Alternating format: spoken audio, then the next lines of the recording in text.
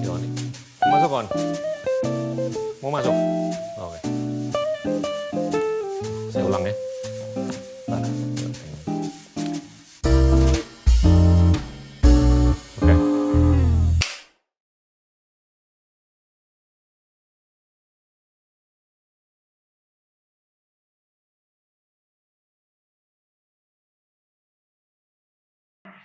Akhir-akhir ini saya sering ngobrol atau bicara mengenai tren-tren yang mega atau besar atau megatrend. Yang pertama adalah begitu banyaknya energi, lebih terkait dengan energi tenaga surya, yang jumlahnya itu kurang lebih 8.000 kali dari apa yang kita konsumsi sehari-hari. Tentunya ini tergantung bagaimana kita bisa mengubah atau menginovasi teknologi agar penyerapan dan penyimpanan dan syukur-syukur distribusinya itu semakin efisien dan semakin efektif. Kita bisa melihat perubahan cukup pesat dan banyak dalam 5 tahun terakhir dalam konteks teknologi tenaga surya. Tapi yang belum nyata adalah skala atau scale. Karena kebutuhan negara-negara berkembang di seluruh dunia ini besar sekali, apalagi kebutuhan di negara-negara maju. Tapi saya cukup berkeyakinan dalam mungkin 5, 10, atau 15 tahun ke depan, kita akan mencapai titik di mana pemberdayaan tenaga surya itu akan berskala dalam konteks penyerapan, penyimpanan, dan distribusi. Dan ini akan sangat disruptif terhadap paradigma lama, apakah itu fossil ataupun non-fossil lainnya. Jumlah besar yang ada di likuiditas ini sangat nyata di negara-negara maju. Kalau kita menggunakan istilah ekonomi, itu adalah M2 atau uang beredar. Uang beredar atau likuiditas yang ada di negara-negara maju, termasuk di Amerika Serikat, Uni Eropa, Jepang, Inggris, dan juga Tiongkok, itu kurang lebih 100 triliun dolar. Dan tentunya kenyataannya adalah suku bunga atau cost of money itu semakin rendah. Dikarenakan demografik di dunia itu semakin tua, uang yang disimpan itu semakin banyak, namun uang tersebut hanya bisa diinvestasikan di kelas aset yang itu-itu aja, termasuk atau yaitu saham, bond, properti, dan tentunya akhir-akhir ini bisa dibilang kripto. Tapi sangat finite, sehingga dengan jumlah kelas aset yang finite dibandingkan jumlah duit yang terus meningkat, apalagi dipompa dengan dilakukannya pelonggaran kuantitatif atau pencetakan uang oleh negara-negara maju, cost of money atau suku bunga itu akan semakin rendah. Dan ini akan semakin bagus untuk generasi penerus, termasuk milenial, Z, dan penerusnya, untuk menjadi entrepreneur atau wirausaha. Tren berikutnya adalah tren terkait dengan bagaimana uang itu sudah terdemonetisasi atau juga terdemokratisasi. Di Tiongkok, orang udah nggak lagi bawa tunai. Transaksi dilakukan itu secara keseluruhan atau secara umum, secara digital. Bahkan kalau kita lihat payment secara digital di Tiongkok, itu sudah melebihi 2 kali skala ekonomi Tiongkok.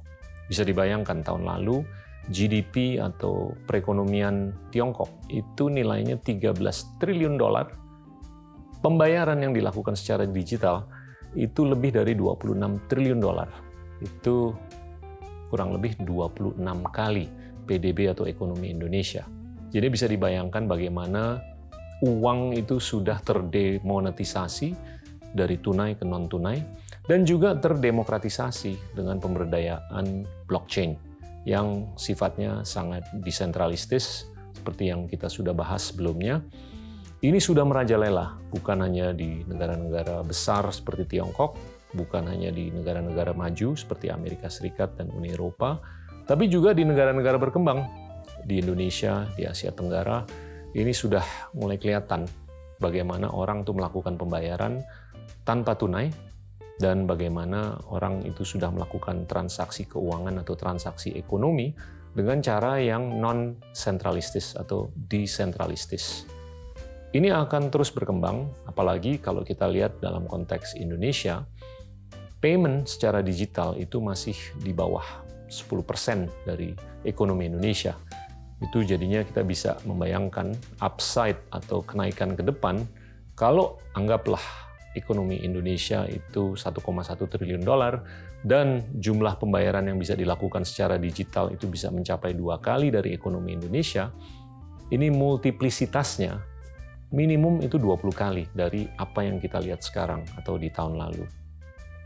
Tren berikutnya adalah bagaimana kita bisa meningkatkan kualitas atau atribut fisik kita.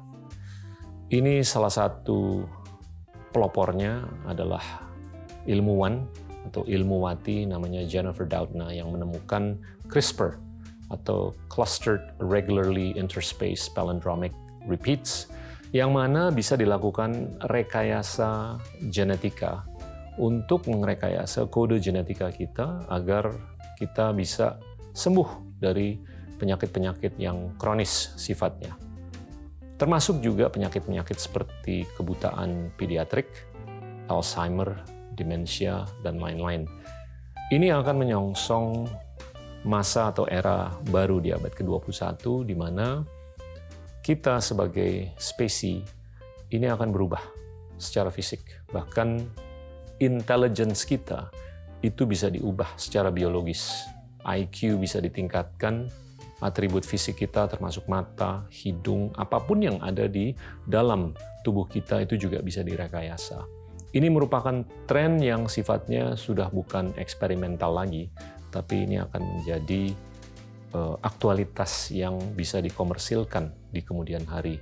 Tapi ini tentunya memerlukan percakapan, diskusi, ataupun diskursus yang lintas bagian, apakah itu terkait dengan sosial, budaya, ekonomi, teknologi, religi, dan lain-lain, agar penyikapan manusia terhadap hal-hal seperti ini cukup holistik. Tren berikutnya adalah kecerdasan artifisial. Kita sudah beranjak dari pemberdayaan kecerdasan artifisial untuk kepentingan pertama bisnis, kedua untuk kepentingan internet, tiga untuk kepentingan fisik, dan akhir-akhir ini untuk kepentingan otonomi. Otonomi ini manifestasinya adalah di mobil-mobil listrik seperti Tesla, yang bisa mengkombinasi pemberdayaan bukan hanya kecerdasan artifisial atau artificial intelligence dengan otonomi, dan juga dengan robotics, sehingga seperti yang saya sampaikan sebelumnya, harga perusahaan Tesla per mobil terproduksi dan terjual itu jauh lebih tinggi di 1,5 sampai 2 juta dolar dibandingkan harga perusahaan mobil atau otomotif yang konvensional per mobil terproduksi atau per mobil terjual, seperti Volkswagen, Toyota, Daimler, dan lain-lain, yang berkisar antara 20 sampai 35 ribu dolar per mobil terproduksi. Tren berikutnya, ini adalah kombinasi antara biological intelligence dan artificial intelligence. Ini yang seringkali disebut oleh banyak sekali ahli sebagai singularity. Singularity ini adalah interseksi antara kecerdasan artifisial dan kecerdasan biologis, yang mana di abad ke-21 mungkin dalam beberapa tahun ke depan kita itu bisa mengantisipasi eksistensi makhluk atau manusia yang kualitasnya bukan hanya beda, tapi bisa dibilang lebih dari apa yang kita lihat dari diri kita sendiri sebelum-sebelumnya. Ini lebih dalam konteks mungkin secara scientific, tapi bukan berarti secara spiritual. Bayangkan saja kalau makhluk atau manusia itu bisa lebih pinter.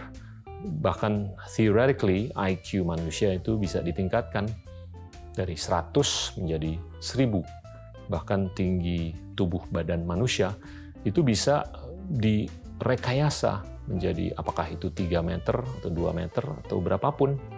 Terus atribut fisik kita, warna mata kita, hidung kita, dan segalanya itu bisa direkayasa dengan kombinasi antara kecerdasan artifisial dan juga kecerdasan biologis. Ini akan mewarnai abad ke-21 dan tentunya abad ke-22 juga dengan cara yang sangat beda dibanding apa yang kita lihat dalam kehidupan kita sehari-hari, bukan hanya selama beberapa tahun, bukan hanya selama beberapa dekade, bukan hanya selama beberapa abad terakhir.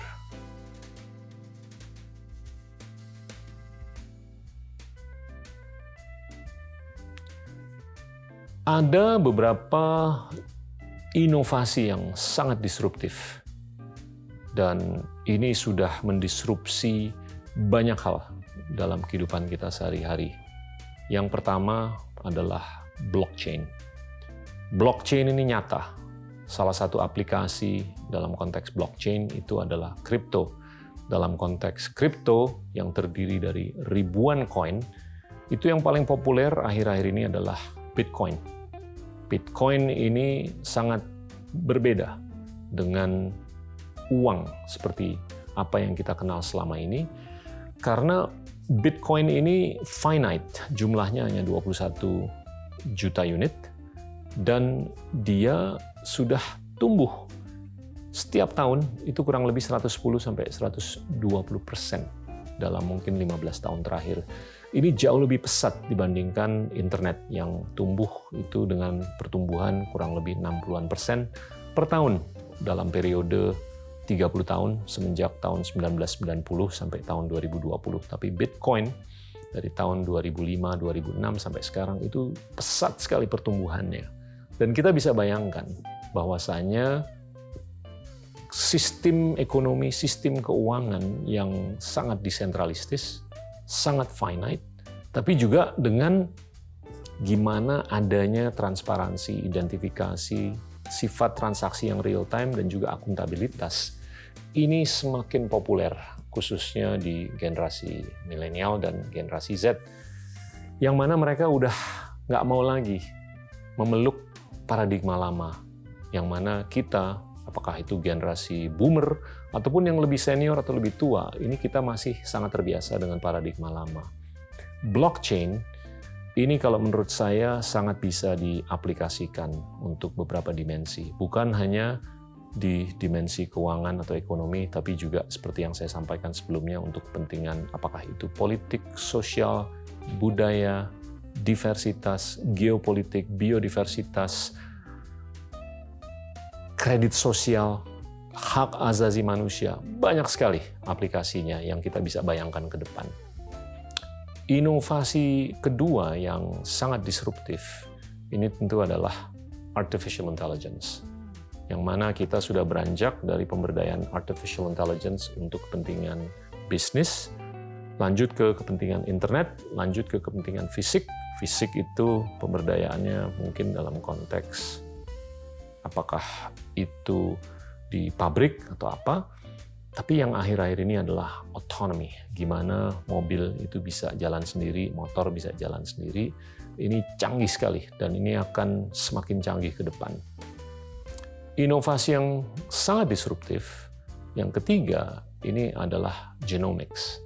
Genomics ini seperti yang tadi saya sampaikan, ini nyata sekali. Dalam tubuh kita ada sel, dan dalam sel tubuh kita itu ada kurang lebih 21-24 ribu gene. Dan gene kita masing-masing itu terdiri dari 4 huruf. Huruf A, C, G, T, yang mana masing-masing itu bisa diedit. Apakah itu di-cut, di-paste, di-copy, digeser, sehingga kita bisa merekayasa atribut fisik kita yang di luar ataupun yang di dalam. Ini sudah sangat ekstensif pemberdayaan temuan-temuan ini, bukan hanya di negara-negara maju, tapi juga sudah mulai di negara berkembang. Kita harus mengantisipasi inovasi yang sangat disruptif dalam konteks genomics. Inovasi yang disruptif berikutnya adalah energy storage. Energy storage ini adalah bagaimana teknologi yang semakin maju akhir-akhir ini untuk bisa menyerap tenaga surya dengan jumlah yang banyak. Bayangkan, tadi kita udah bicara bahwasanya tenaga surya itu jumlahnya 8.000 kali dibandingkan apa yang kita konsumsi sehari-hari, inovasi dalam konteks penyerapan itu sudah jauh lebih maju daripada apa yang kita lihat 5 tahun yang lalu, apalagi 10 tahun yang lalu. Dan juga sudah jauh lebih murah. Tapi kita harus menyadari bukan hanya untuk kepentingan penyerapan, tapi juga untuk kepentingan penyimpanan, dan ujung-ujungnya ke depan untuk kepentingan distribusi atau transmisi. Ini masih belum mencukupi, apalagi kalau kita mau mengacu ke kesepakatan Paris ataupun yang kemarin dibahas di Glasgow, di mana kita harus mengurangi emisi karbon kita. Kita melihat dalam mungkin 16 atau 17 tahun terakhir, emisi karbon itu justru meningkat dengan jumlah mungkin 30-an sampai 35% dibandingkan apapun yang kita emisikan 16 atau 17 tahun yang lalu. Mayoritas kontributor terhadap peningkatan emisi karbon tersebut dalam 16 tahun terakhir, ini kebanyakan justru dari negara-negara berkembang yang besar, termasuk Indonesia juga. Nah, semakin kita bisa meningkatkan inovasi dalam konteks penyerapan, penyimpanan, dan distribusi tenaga surya, semakin kita bisa memenuhi aspirasi Paris, yang mana di tahun 2030 kita sudah harus mengurangi emisi karbon sejumlah 50%, 2040 sejumlah 25%, 2050 25% sisa terakhirnya. Tapi yang kita harus sadari adalah skalanya belum mencukupi. Dan tentunya sebagai anggota dari negara berkembang itu DNA-nya adalah untuk berkembang dan untuk tumbuh. Dan pertumbuhan untuk negara berkembang itu biasanya kisarannya antara 4-7%. Untuk kita bisa tumbuh di angka 4, 5, atau 6, bahkan 7% per tahun, kita memerlukan energi. Dan tentunya dengan strategi energi terbarukan, apakah itu dengan pemberdayaan bukan hanya tenaga surya, tapi juga dengan angin, hidro, panas bumi, ini nggak cukup. Kita harus realistis. Jangan sampai kita berbicara mengenai energi terbarukan untuk memenuhi aspirasi kesepakatan mengenai perubahan iklim, tapi kita juga tetap mau tumbuh dengan pertumbuhan 5, 6, 7%, tapi skala dari energi atau strategi energi terbarukan ini belum terbukti. Saya melihat justru sumber energi yang terbukti relatif clean untuk kepentingan lingkungan dan juga terbukti dengan skala itu adalah nuklir. Kita melihat tentunya adanya kecelakaan di Fukushima di tahun 2011, di Chernobyl tahun 86, dan sebelum-sebelumnya ini sangat disayangkan. Tapi kita juga harus menyadari bahwa angka atau korban yang terkait dengan kecelakaan tenaga nuklir itu rata-rata per tahun itu masih sangat jauh lebih kecil dibandingkan angka kematian yang berdasarkan penggunaan fosil atau emisi karbon yang angkanya jauh lebih tinggi, bahkan itu bisa mencapai jutaan per tahun dikarenakan polusi dan segalanya. Nah, kalau kita mau eksis sebagai negara berkembang atau ekonomi berkembang dan kita memerlukan skala dan kita ingin untuk perubahan iklim itu bisa dijaga agar kecepatan perubahan iklim itu nyambung dengan aspirasi kita untuk menjaga kelestarian planet bumi ini, mau nggak mau, nuklir itu harus dipertimbangkan. Nah, inovasi yang terakhir, yang sangat disruptif adalah robotics. Robotics ini kita lihat aplikasinya banyak sekali bahkan di akhir tahun 90-an sampai awal tahun 2000-an itu dalam konteks manufaktur, pabrik-pabrik, bagaimana mereka bisa melakukan robotisasi terhadap hal-hal yang selama itu sifatnya manual. Tapi akhir-akhir ini, robotics itu aplikasinya lebih nyata di mobil listrik. Tapi juga dalam konteks nano, yang kecil sekali di dalam tubuh kita. Bagaimana kita bisa melakukan operasi terhadap organ tubuh kita dengan pemberdayaan robotics. Nah, ini menarik sekali. Apakah nano ataupun non-nano, aplikasi atau pemberdayaan robotics itu sangat disruptif. Dan ini akan menyongsong masa depan yang semestinya lebih cerah untuk kita semua ke depan.